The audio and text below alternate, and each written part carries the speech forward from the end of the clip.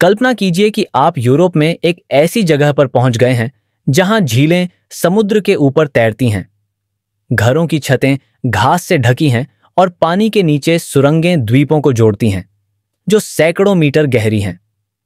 क्या होगा अगर इस मनमोहक क्षेत्र में, जहां पेड़ उगने से मना करते हैं, लोगों से ज्यादा भेड़ें हों और इन प्राणियों को गूगल मैप्स पर कारों के बजाय जमीन का नक्शा बनाने का काम सौंपा जाए? इसमें कोई आश्चर्य की बात नहीं है कि इन और अन्य विशिष्टताओं ने इस सुदूर स्थान को दुनिया के सबसे आकर्षक और फोटोग्राफ किए जाने वाले स्थानों में से एक बना दिया है।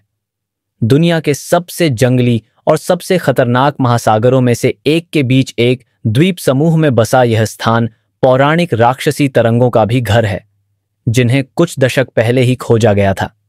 ये ऊंची लहरें, जिनमें से कुछ 20 मीटर से भी ऊंची हैं, ने द्वीपों को जोड़ने और दुखद घटनाओं को रोकने के लिए पानी के नीचे सुरंगों के निर्माण को प्रेरित किया है, जिन्हें कभी सिर्फ मिथक माना जाता था। उन दुर्लभ स्थानों में से एक जहां पुरुषों की संख्या महिलाओं से ज्यादा है, एक वास्तविकता जिसने इस क्षेत्र में महिलाओं की सक्रिय रूप से तलाश करने के लिए पहल करने को आवश्यक बना दिया है। और यही मुख्य कारण है कि हाल के वर्षों में हजारों एशियाई महिलाएं इस क्षेत्र को फिर से आबाद करने में मदद करने के लिए इन तटों पर पहुंची हैं, जो कि ग्रह पर सबसे खूबसूरत क्षेत्रों में से एक है। उत्तरी अटलांटिक के मध्य में स्कॉटलैंड, आइसलैंड और नॉर्वे के बीच बसा एक ऐसा क्षेत्र है जो किसी और से अलग है। एक आकर्षक दुनिया जिसमें एक आश्चर्यजनक रूप से नाटकीय और आकर्षक परिदृश्य है, जिसे फरो आइलैंड्स के नाम से जाना जाता है। 18 द्वीपों से बना यह द्वीप समूह ऐसे नज़ारे पेश करता है जो किसी परी कथा से सीधे खींचे गए लगते हैं, जिसमें ऐसे नज़ारे हैं जो कल्पना को झकझोर देते हैं। जबकि द्वीपों को काफी स्वायत्तता प्राप्त है, वे डेनमार्क के साम्राज्य का हिस्सा हैं, बहुत कुछ ग्रीनलैंड के विशाल ठंडे द्वीप की तरह। फरो आइलैंड्स को ऊंची चट्टानों, आसमान में तैरती झीलों, हरी भरी घाटियों और समुद्र के साथ एक गहरे, हमेशा मौजूद बंधन द्वारा परिभाषित किया जाता है, जो साहसी लोगों को इसके रहस्यों को उजागर करने के लिए आकर्षित करता है। लगभग 1400 वर्ग किलोमीटर में फैला मेक्सिको सिटी के बराबर यह कॉम्पैक्ट क्षेत्र एक छोटी सी जगह में अपार सुंदरता समेटे हुए है। कुल जनसंख्या लगभग 55,000 है, जो मुख्य रूप से राजधानी टॉर्शफन और क्लैक्सविक और जॉयबिक जैसे अन्य शहरों में केंद्रित है। द्वीपों का फारोई नाम फरोलर है, जिसका शाब्दिक अर्थ है भेड़ द्वीप। यह नाम निवासियों के दैनिक जीवन में भेड़ों के ऐतिहासिक और सांस्कृतिक महत्व को दर्शाता है। सदियों से भेड़ें भोजन, ऊन और अन्य कच्चे माल का एक आवश्यक स्रोत रही हैं। आज वे द्वीपों के ऊबड़ खाबड़ पहाड़ी इलाकों में स्वतंत्र रूप से घूमते रहते हैं, जो हरे भरे घास के मैदानों और नाटकीय चट्टानों से सुशोभित हैं, जो ऐसे परिदृश्य बनाते हैं जो सीधे किसी काल्पनिक कहानी से निकले लगते हैं। इन द्वीपों का सबसे उल्लेखनीय पहलू उनकी जलवायु है। अपने उच्च अक्षांश के बावजूद द्वीप आश्चर्यजनक रूप से हल्के जलवायु का आनंद लेते हैं, जो गल्फ स्ट्रीम के मध्यम प्रभाव के कारण है। यह उनके स्थान के लिए तापमान को अपेक्षाकृत समशीतोष्ण रखता है। यहां सर्दियां अन्य समान क्षेत्रों की तुलना में बहुत हल्की होती हैं। तापमान शायद ही कभी हिमांक से नीचे गिरता है। यह जलवायु संयम द्वीप समूह के विभिन्न हिस्सों में अद्वितीय सूक्ष्म जलवायु बनाता है, एक तथ्य जो हर साल ग्रह के इस जादुई क्षेत्र में आने वाले आगंतुकों की बढ़ती संख्या में योगदान देता है। फरो आइलैंड्स की समुद्री जलवायु प्रचुर वर्षा और अपेक्षाकृत हल्के तापमान की विशेषता है, जो एक हरे भरे परिदृश्य में योगदान देती है। हालांकि इस घनी वनस्पति के बावजूद द्वीपों में एक ऐसी खूबी है जो दुनिया में लगभग अद्वितीय है। यहां कोई पेड़ नहीं है और न ही उगता है, और यह मुख्य रूप से चरम जलवायु परिस्थितियों और मिट्टी की प्रकृति के कारण है। द्वीप ऐसे क्षेत्र में स्थित हैं जहां तेज, लगातार चलने वाली हवाएं निरंतर आर्द्रता के साथ मिलकर पेड़ों के विकास के लिए असंभव वातावरण बनाती हैं। अक्सर तूफान के साथ चलने वाली कठोर बर्फीली हवाएं युवा पेड़ों के लिए खुद को स्थापित करना और पनपना चुनौतीपूर्ण बना देती हैं। इसके अतिरिक्त, जबकि कुछ क्षेत्रों में मिट्टी उपजाऊ है, यह दूसरों में अम्लीय और उथली है, जो पेड़ों की जड़ों को जड़ जमाने और बढ़ने से रोकती है। इसके बावजूद फरो आइलैंड्स का परिदृश्य अपने वृक्ष विहीन विस्तार और ऊबड़ खाबड़ इलाके के साथ एक बेजोड़ प्राकृतिक सुंदरता प्रदान करता है। इस विशिष्ट वातावरण ने इसे हाल के वर्षों में फोटोग्राफरों और प्रकृति प्रेमियों के लिए एक शीर्ष गंतव्य बना दिया है। पेड़ों की अनुपस्थिति केवल आकर्षण को बढ़ाती है, जिसमें हरे भरे घास के मैदान, ऊंची चट्टानें और नाटकीय चट्टानें एक जंगली लुभावनी सेटिंग बनाती हैं।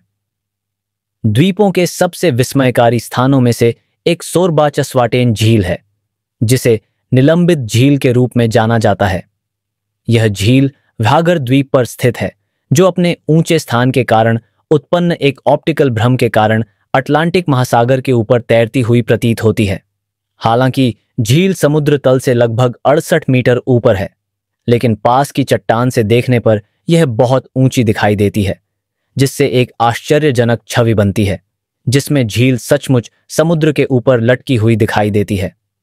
इस घटना ने कई फोटोग्राफरों और आगंतुकों को आकर्षित किया है, जो इसकी शानदार प्रकृति और इस खूबसूरत ऑप्टिकल प्रभाव को कैद करना चाहते हैं, जो ग्रह के इस कोने की जंगली प्रकृति की विशेषता है। फरो आइलैंड्स में एक और जरूर देखने लायक जगह है राजधानी टॉर्शेवन, एक ऐसा शहर जिसका नाम द्वीप समूह के वाइकिंग मूल में एक आकर्षक खिड़की प्रदान करता है। टॉर्शेवन नाम का शाब्दिक अर्थ थॉर का बंदरगाह है, जो थंडर गॉड थॉर के सम्मान में है। नॉर्स पौराणिक कथाओं में एक प्रसिद्ध व्यक्ति, जिसे आधुनिक फिल्मों और कॉमिक्स के माध्यम से व्यापक रूप से पहचाना जाता है। यह नाम न केवल पुराने नॉर्स धर्म के सबसे पूजनीय देवताओं में से एक का सम्मान करता है, बल्कि द्वीपों के इतिहास और संस्कृति पर गहरे वाइकिंग प्रभाव को भी उजागर करता है। फरो आइलैंड्स मध्ययुगीन युग से एक समृद्ध वाइकिंग विरासत का दावा करते हैं, जिसमें 9वीं शताब्दी में पहली बार नॉर्स बसने वाले आए थे। उनकी उपस्थिति ने भाषा से लेकर परंपराओं तक स्थानीय संस्कृति को गहराई से आकार दिया। वाइकिंग युग के दौरान फरो आइलैंड्स ने नॉर्वे, ब्रिटिश द्वीपों और आइसलैंड को जोड़ने वाले समुद्री मार्ग पर एक महत्वपूर्ण मार्ग बिंदु और व्यापारिक केंद्र के रूप में महत्वपूर्ण भूमिका निभाई। डोरशाफन की रणनीतिक स्थिति इसके प्राकृतिक बंदरगाह के साथ व्यापार और नेविगेशन दोनों को सुविधाजनक बनाती थी। शहर का नाम ही वाइकिंग्स की थॉर के प्रति भक्ति को दर्शाता है, जो शक्तिशाली देवता थे जिन्होंने नाविकों और खोजकर्ताओं को उनकी यात्राओं में सुरक्षा प्रदान की। वाइकिंग इतिहास में गहराई से जाने पर माना जाता है कि फरो आइलैंड्स ने वाइकिंग समुद्री साजिश में एक रणनीतिक केंद्र बिंदु के रूप में काम किया है।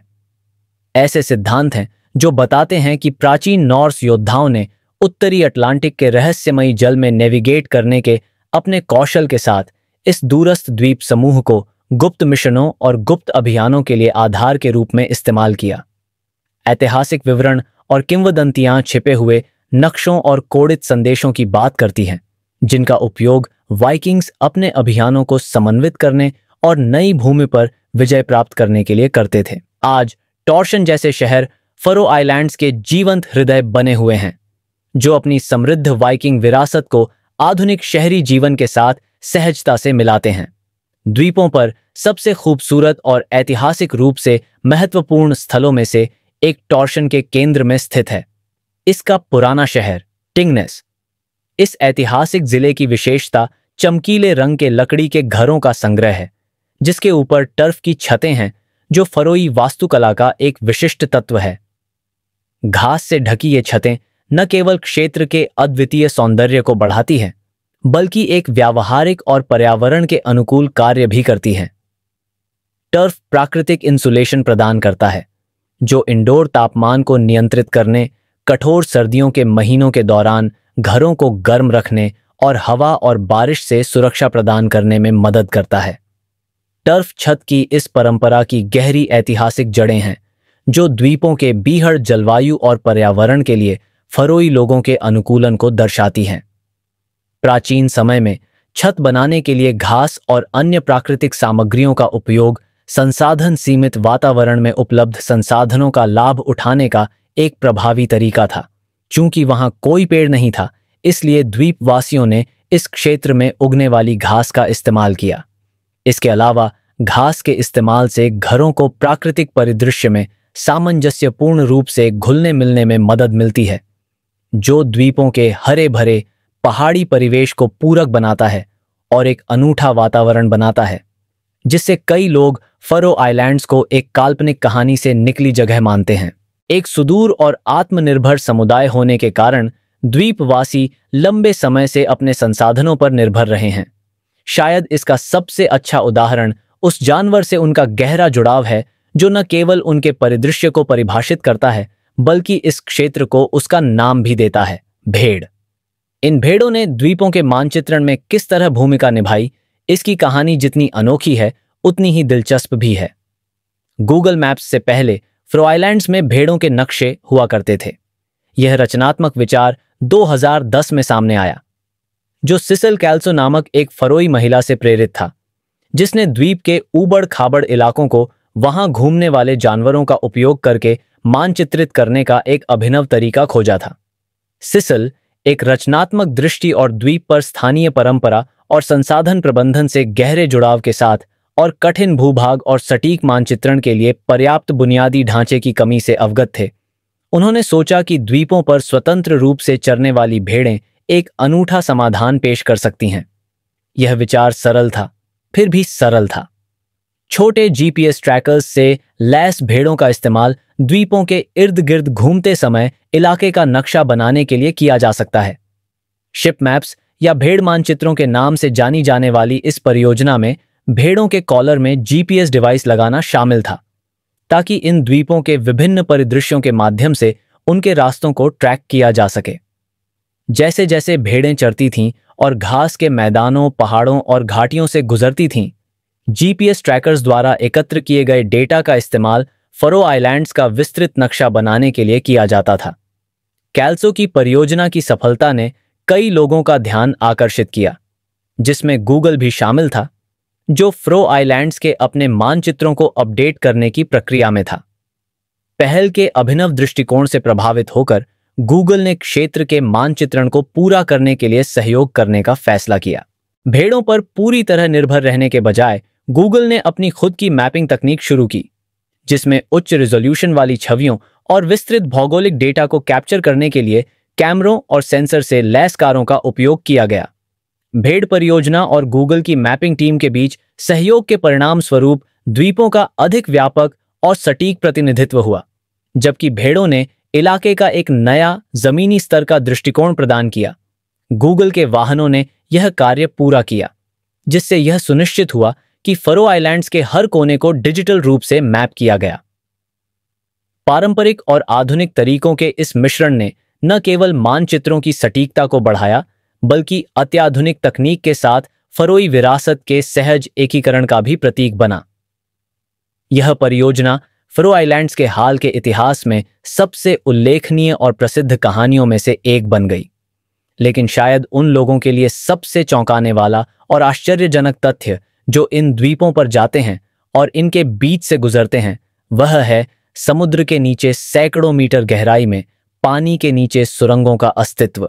भयानक उत्तरी अटलांटिक महासागर, जो इस ग्रह पर सबसे खतरनाक और जंगली में से एक है।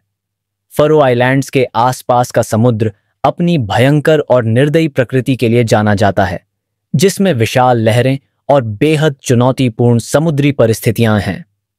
मजबूत समुद्री धाराओं, तेज हवाओं और अप्रत्याशित मौसम का संयोजन इन जल को दुनिया के सबसे खतरनाक जल में से एक बनाता है।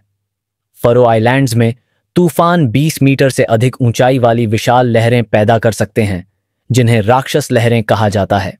सदियों से इन विशाल तरंगों को केवल किंवदंतियों के रूप में खारिज कर दिया गया था, जो वाइकिंग कहानियों पर आधारित थीं, जो विनाशकारी समुद्री आपदाओं को याद करती थीं।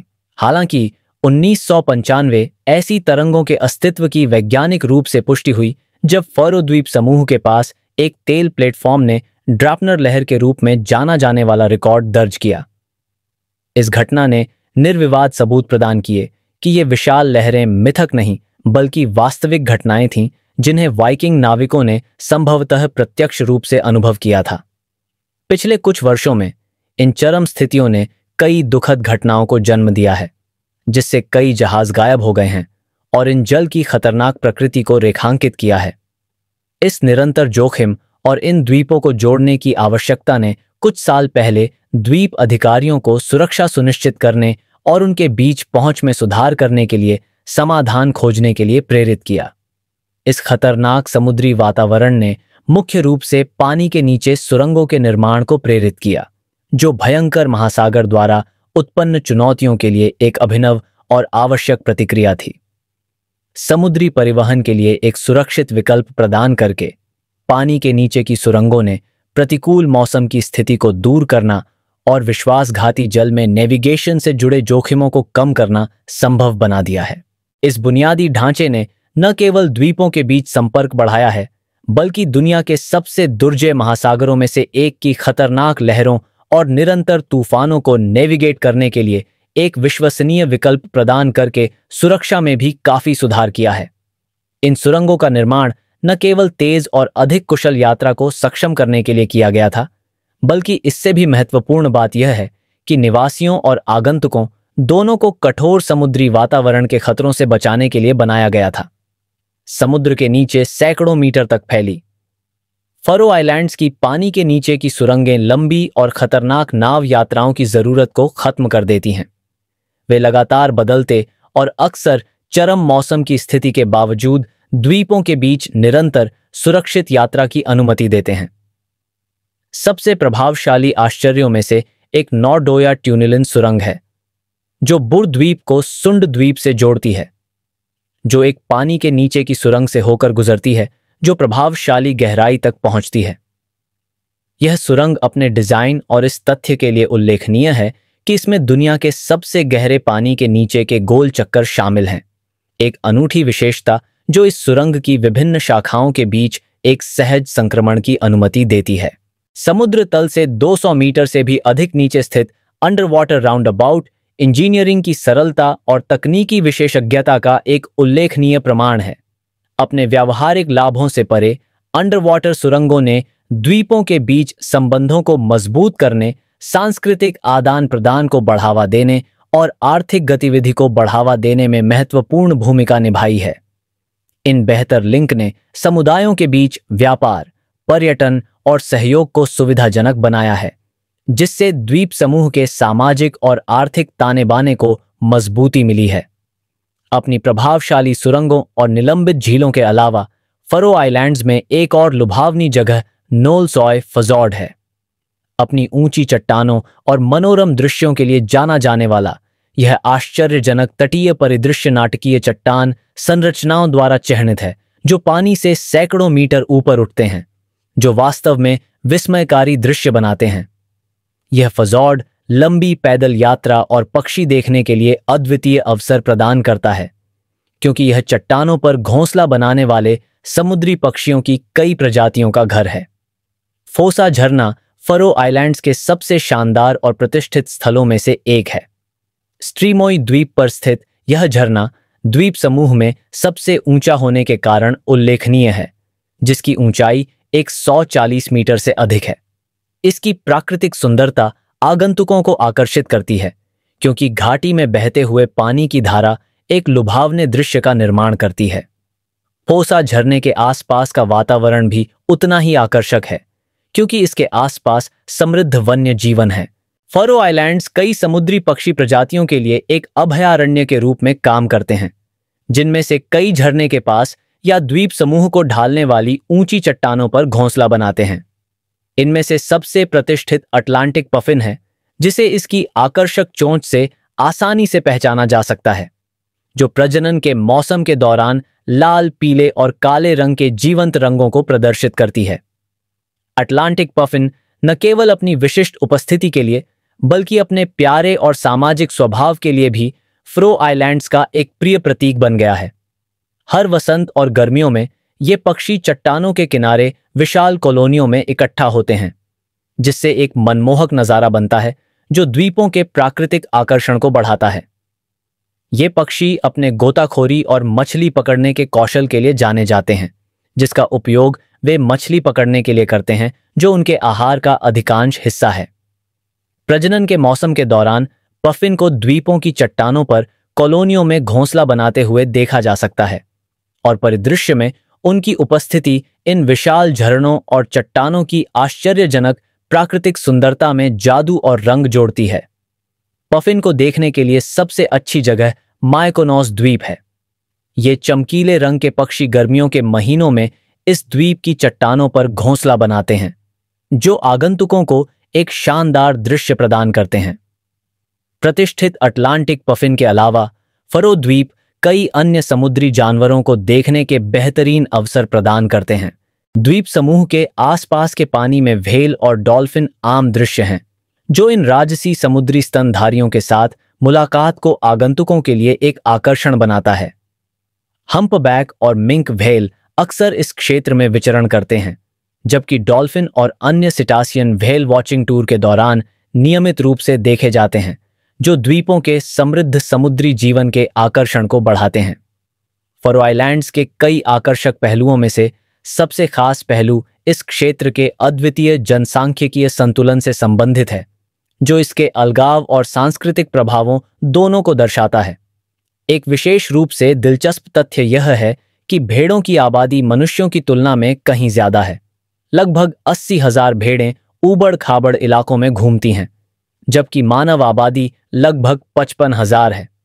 यह उल्लेखनीय अंतर निवासियों और उनके प्राकृतिक पर्यावरण के बीच संबंधों को उजागर करता है, जिसमें भेड़ें स्थानीय अर्थव्यवस्था और संस्कृति में केंद्रीय भूमिका निभाती हैं और यहां तक कि इस खूबसूरत जगह को इसका नाम भी देती हैं। हालांकि यह वास्तविकता द्वीप के निवासियों को उतनी चिंता में नहीं डालती जितनी कि एक और कहीं ज्यादा चौंकाने वाली लैंगिक असमानता, क्योंकि यह द्वीप समूह दुनिया के उन कुछ स्थानों में से एक है जहां महिलाओं की तुलना में पुरुषों की संख्या ज्यादा है। लगभग 52% आबादी पुरुष है, जबकि 48% महिलाएं हैं।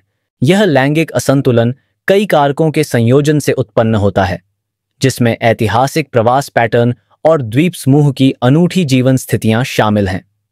मछली पकड़ने और निर्माण जैसे उद्योगों में रोजगार के अवसरों ने पारंपरिक रूप से कई पुरुषों को फरो आइलैंड्स में बांध दिया है, जबकि महिलाएं व्यापक आर्थिक संभावनाओं और बेहतर जीवन स्थितियों की तलाश में अक्सर विदेश में प्रवास करना पसंद करती हैं। इस प्रवृत्ति के परिणामस्वरूप द्वीप समूह में महिला आबादी की तुलना में पुरुषों की आबादी थोड़ी बड़ी हो गई है, जिसने जनसांख्यिकी को संतुलित करने और स्थानीय समुदाय को पुनर्जीवित करने के लिए समाधान खोजने की आवश्यकता को बढ़ा दिया है। मुख्य रूप से फिलीपींस और थाईलैंड से फरो आइलैंड्स में कई एशियाई महिलाओं का आगमन स्थानीय पहल और व्यक्तिगत प्रयासों दोनों से प्रेरित है। जैसे जैसे लैंगिक असंतुलन अधिक स्पष्ट होता गया, उन महिलाओं को आकर्षित करने के लिए सचेत प्रयास किए गए जो द्वीप समूह की जनसांख्यिकी को संतुलित करने में योगदान दे सकती थीं। इस घटना के मुख्य चालकों में से एक भागीदारों और परिवार निर्माण की सक्रिय खोज रही है। कई स्थानीय पुरुषों ने मुख्य रूप से फिलीपींस और थाईलैंड जैसे एशियाई देशों से जीवन साथी खोजने के लिए अंतर्राष्ट्रीय विवाह एजेंसियों और नेटवर्किंग साइटों की ओर रुख किया है। इन प्रयासों ने विदेशों में नए अवसरों की तलाश करने की एशियाई महिलाओं की इच्छा के साथ मिलकर एक स्थिर प्रवास प्रवाह में योगदान दिया है। साथ ही सांस्कृतिक विविधता को बढ़ावा देने और नए लोगों के एकीकरण का समर्थन करने के उद्देश्य से बनाई गई नीतियों ने इस संक्रमण को और भी आसान बना दिया है। फिलीपींस और थाईलैंड से महिलाओं के आने से परंपराओं और रीति रिवाजों की एक समृद्ध ताना बाना सामने आया है, जिससे फरो आइलैंड्स के सामाजिक और सांस्कृतिक ताने बाने में वृद्धि हुई है। इस घटना ने न केवल जनसांख्यिकीय असंतुलन को दूर करने में मदद की है, बल्कि एक अद्वितीय सांस्कृतिक संलयन भी बनाया है, जहां वाइकिंग विरासत और एशियाई प्रभाव आपस में जुड़ते हैं, जिससे द्वीप समूह के विशिष्ट आकर्षण में गहराई की एक नई परत जुड़ती है। शायद इन द्वीपों पर आने वाली हजारों एशियाई महिलाओं और लाखों पर्यटकों के लिए सबसे आकर्षक तत्वों में से एक ग्रह के सबसे बड़े प्राकृतिक अजूबों में से एक का आनंद लेना है। उत्तरी रोशनी। ये द्वीप उन्हें देखने के लिए दुनिया के सबसे शानदार स्थलों में से एक हैं। आइसलैंड या नॉर्वे जैसे उत्तरी गोलार्ध के अन्य गंतव्यों के विपरीत फरो आइलैंड्स उन लोगों के लिए एक अनूठा अनुभव प्रदान करते हैं जो इस खगोलीय घटना की तलाश में हैं। सर्दियों के दौरान जब सूरज लंबे समय के लिए डूब जाता है और आसमान में अंधेरा छा जाता है, तो द्वीप समूह उत्तरी रोशनी के चकाचौंध भरे नज़ारे को देखने के लिए एक आदर्श स्थान बन जाता है। फरो आइलैंड्स को जो चीज़ अलग बनाती है वह है उनकी जलवायु परिस्थितियों का अनूठा संयोजन। ठंडी जलवायु के बावजूद फरो आइलैंड्स में मौसम आमतौर पर अन्य नॉर्डिक देशों की तुलना में हल्का होता है, जो उत्तरी रोशनी को देखने के लिए अधिक आरामदायक सेटिंग प्रदान करता है। द्वीपों के प्राचीन वातावरण और न्यूनतम प्रकाश प्रदूषण के कारण ऑरोरा उल्लेखनीय स्पष्टता के साथ दिखाई देते हैं, जो रात के आकाश को हरे, गुलाबी और बैंगनी रंग के जीवंत रंगों में रोशन करते हैं। यह लुभावनी प्रदर्शनी एक आकर्षक अनुभव प्रदान करती है, जो कठोर ठंडे गंतव्यों की तुलना में अपेक्षाकृत समशीतोष्ण परिस्थितियों द्वारा और भी अधिक सुखद हो जाती है। इस बिंदु पर आप शायद यह जानने में रुचि रखते हैं कि वहां कैसे पहुंचा जाए और इस जगह के जादू का पूरा आनंद कैसे लिया जाए। फरो आइलैंड्स का मुख्य हवाई अड्डा बागर हवाई अड्डा है, जो बागर द्वीप पर स्थित है। वहां जाने के लिए डेनमार्क की राजधानी कोपेनहेगन और आइसलैंड की राजधानी रेक्जाविक से सीधी उड़ानें उपलब्ध हैं। अधिकांश यात्रियों के लिए, विशेष रूप से अमेरिका, दक्षिण अमेरिका या अन्य महाद्वीपों से प्रस्थान करने वालों के लिए, सबसे पहले किसी नज़दीकी यूरोपीय देश में पहुंचना सबसे आम बात है, जैसे कि ऊपर बताए गए देश, और वहां से बागर के लिए कनेक्टिंग फ्लाइट लेना। अमेरिका से आने जाने की टिकट की कीमतें आमतौर पर 1 से 2,000 अमेरिकी डॉलर के बीच होती हैं। फरो आइलैंड्स में एक बार मुख्य द्वीपों को जोड़ने वाली बसों और फेरी के एक अच्छी तरह से जुड़े नेटवर्क की बदौलत घूमना अपेक्षाकृत आसान है। हालांकि जो लोग अधिक स्वतंत्र रूप से घूमना चाहते हैं, अपनी गति से लुभावने दृश्यों का आनंद लेना चाहते हैं और क्षेत्र की प्रभावशाली पानी के नीचे की सुरंगों का अनुभव करना चाहते हैं, उनके लिए कार किराए पर लेना सबसे सुविधाजनक विकल्प है। फरो आइलैंड्स में रहने की लागत अपेक्षाकृत अधिक है। स्थानीय कैफे में एक कॉफी की कीमत आमतौर पर 4 से 6 अमेरिकी डॉलर होती है। एक मध्यम श्रेणी के होटल में ठहरने की कीमत प्रति रात 100 से 200 डॉलर के बीच हो सकती है, जबकि एक मध्यम श्रेणी के रेस्तरां में 2 लोगों के लिए भोजन करना आमतौर पर 80 से 150 डॉलर के बीच होता है। फरो आइलैंड्स की यात्रा करते समय शायद सबसे महत्वपूर्ण पहलू मौसम है, क्योंकि यह अपनी अत्यधिक परिवर्तनशीलता के लिए विश्व प्रसिद्ध है। एक ही दिन में आप चमकदार धूप, मूसलाधार बारिश, तेज हवाएं या घना कोहरा अनुभव कर सकते हैं। ये परिवर्तन समुद्री धाराओं और द्वीप समूह को प्रभावित करने वाली उच्च और निम्न दबाव प्रणालियों के प्रभाव के कारण होते हैं। समुद्र और पहाड़ी इलाकों से निकटता इस परिवर्तनशीलता को और बढ़ा देती है। यह अप्रत्याशित जलवायु आश्चर्य का तत्व जोड़ती है और द्वीपों पर हर दिन को अनोखा बनाती है। इसलिए अपनी यात्रा का पूरा आनंद लेने के लिए बदलते मौसम के लिए तैयार रहना जरूरी है। सुनिश्चित करें कि आप सभी मौसम की स्थितियों के लिए उपयुक्त कपड़े पैक करें। वाटरप्रूफ और विंडप्रूफ जैकेट से लेकर धूप के क्षणों के लिए हल्के कपड़े तक। हमें उम्मीद है कि आपको हमारे साथ ग्रह पर सबसे जादुई और खूबसूरत जगहों में से एक फरो आइलैंड्स की खोज करने में मजा आया। अगर ऐसा है तो फरो आइलैंड्स के बारे में आपको सबसे ज्यादा क्या आश्चर्य हुआ, इस पर टिप्पणी करना न भूलें और हमें एक बड़ा लाइक दें।